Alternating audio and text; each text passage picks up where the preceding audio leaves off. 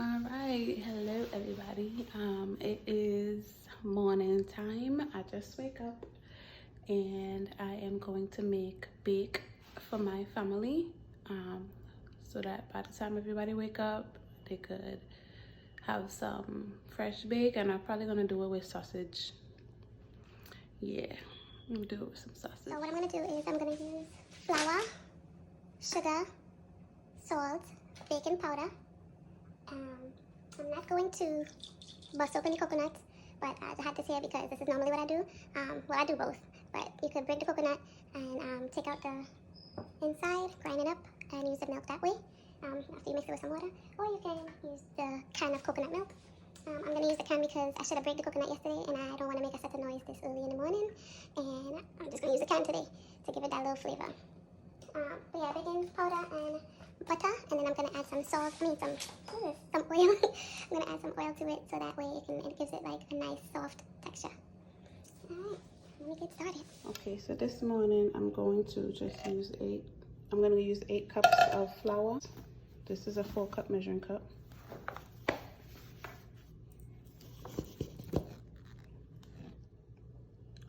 It's a little over, so I'll just put a little bit next time. Flour. So now we have our flour in here. I was always taught that when you kneading dough and you have like flour and baking powder, you always put 1 teaspoon of baking powder to 1 cup of flour. I don't know if that's true for everybody, but I'm gonna put this in here. It's gonna look something like that, but I gotta do it properly. Okay, so this is what the teaspoon look like after you level it off with this sharp end right there. You put it in there, you tilt it to the side, and then you level it off so it looks like that. So since I put 8 cups of flour in there, I'm gonna put 8 teaspoons of this in there. Okay, I just added the 8 teaspoons of baking powder. Now I'm going to add salt and sugar. So the way I was taught is not by measuring cup. I was taught by you make like a circle in your palm like this, and I'm probably gonna make the circle that goes like about that much, and add the salt in that way. Okay, so this is how much salt I'm using for like if I was doing 1 set, but this 2 small bakes. I'm going to do 2 sets of this salt. I need to measure it. I think I'm gonna measure it right now. The salt that I just now poured from my hand measurement. I don't know if this could be considered like a teaspoon after it's leveled off, but that's what it looks like. So I'm doing 2 of them since I'm basically making 2 batches in one. And the sugar, I'm going to put the sugar in the palm of my hand, and I'll show you how I measure that. Okay, so this is how much sugar I put in for 1 set, and I'm going to do 2 of those. I didn't bother trying to figure out how much this is. This might be probably like half a cup. I don't know. Okay, so I went and got my little measuring cup and measured how much was in the palm of my hand, and it was 1/4 of a cup. And it's not that I don't have measuring tools, it's that I was taught to just do it by hand quickly. And that's what I've been doing since I was 14, making bake. So I guess it's about, almost a 1/4 cup for each one. All right, so I'm gonna take the spoon and mix everything up. I don't have a mixer. I have a good friend, she's like, Shayna, you need to invest in a mixer, okay?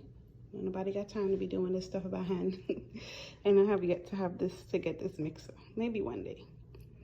And what I do is I do everything. I'm left-handed, so I use keep one hand clean all the time, and I use one hand that touches the food.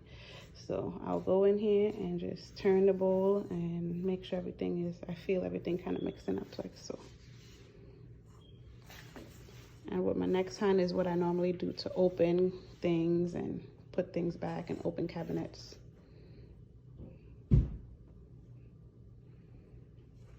I'm just gonna get all the bottom, get everything everything mixed up together decent and nice. All right, so now I'm gonna open up. I'm making a, see, I was about to do it without even showing anything, but I'm about to make like a little crater. I don't even know if it's a crater. A little hole in the center because I have liquid and stuff to put in there. Okay, so I just now opened up, I just took out 2 sticks of butter, and now I have the 2 cans of coconut milk.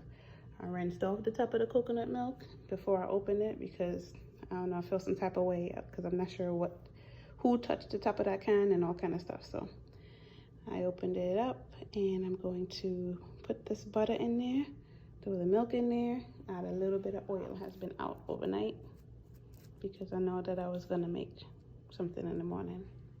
So it's like room temperature, it's soft. And then I keep this butter that's on there and I use that to butter the pan or the Pyrex dish, whatever I'm using to put the bacon. Yeah, just throw oil in there, but this time I kind of measured it with this spoon. I did 4 teaspoons of oil in there. And like I said before, it makes the dough nice and soft. Now there's my coconut milk, so I'm gonna add them with my milk was added. Here's the next one. Okay, so now everything should be in there. I'm going to go in, mush up some of this butter, like so. And while I'm doing that, I'm just kind of adding some of the some flour and the dry mixture in.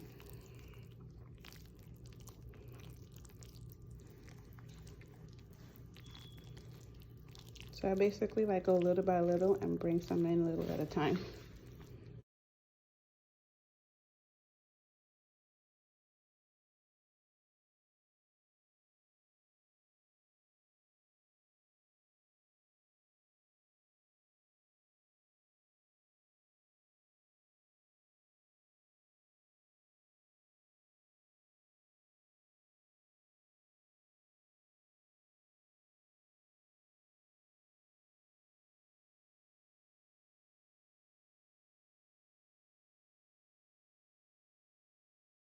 So there is a little bit of water that I added.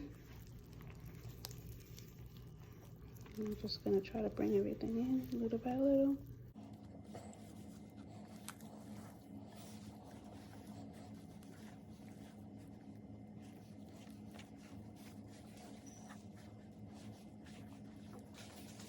This is very different. I should have had my son holding the camera.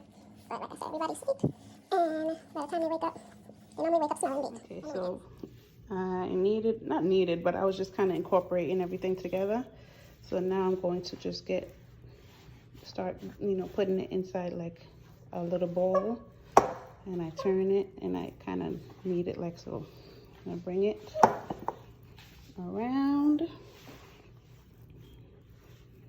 I'm gonna press it in. I'm gonna do that until everything is incorporated into a nice ball. But the struggle is real trying to do this and hold the camera. So I'm in the middle of kneading it. I probably only kneaded it for like less than a minute. So I'm basically taking from the bottom, taking the dry flour, pushing it with my heel of my hand, lifting it up like that, bringing it up, pushing it down, bringing it up, pushing it down. And as I go through, this flour on my hand will come off little by little and get incorporated with the dough that's already there.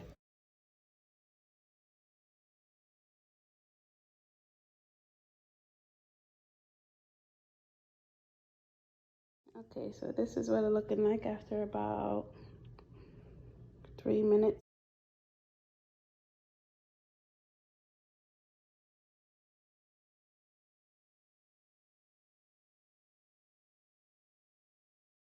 Okay, this is what it's looking like.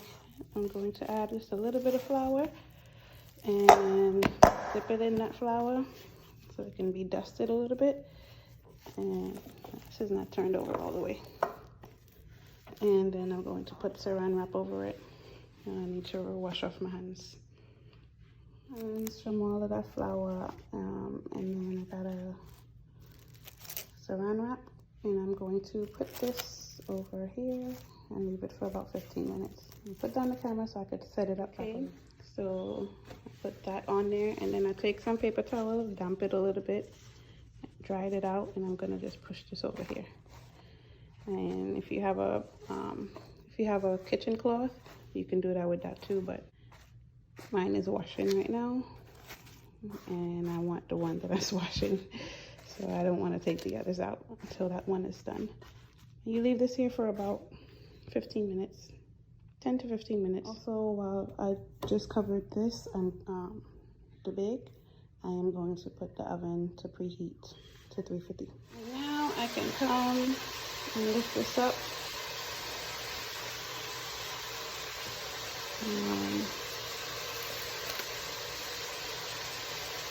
So it's been resting for a while. I'm gonna go through and do one little knead. So I put a little bit of dry flour on it before I turned it over. So I'm now going to, it's so nice and soft now. You can see the texture of it was completely changed. I guess all the gluten and everything.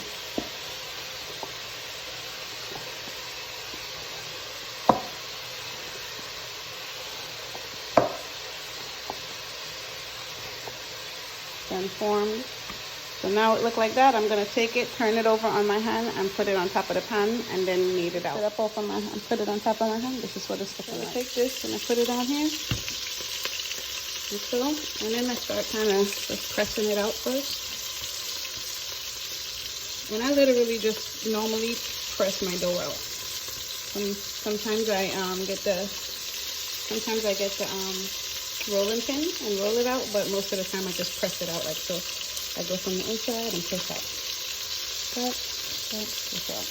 Push back, push back, push back, push back, push back. Back, push out. I'm not done yet. I'm still trying to push it to the corners. Push this back here. And like I say, you could use a rolling pin, but I'm just doing what I normally do on a regular. I don't use a rolling pin every time, sometimes. I'm gonna see if I can try to get those closer to the corner so it can spread out nicer. It's coming along. These, see them? I can't eat it unless it's dark close. So some people are like, oh, you're burning. No, I make it to be crispy looking. Like my mother said, crispy. This is as far as I could get it. So now I'm gonna go in there and chook.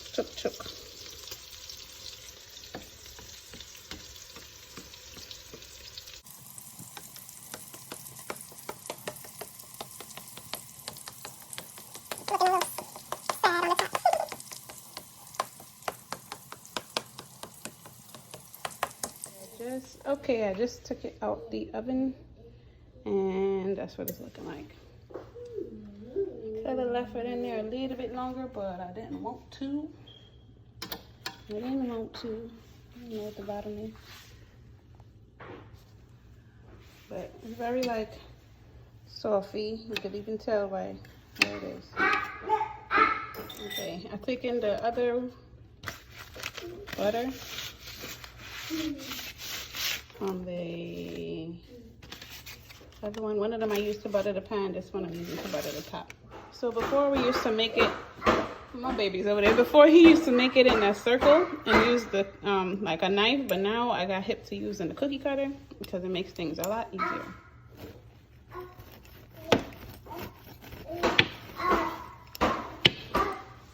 And I might go all the way down, but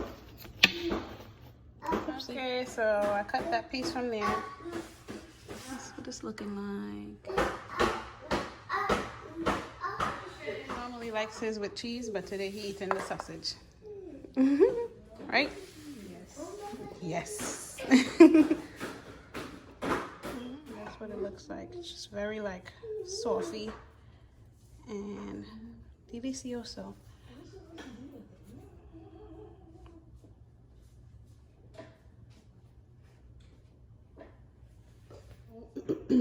My big son likes to put butter on his as soon as it comes out the oven. And that's what he's doing there.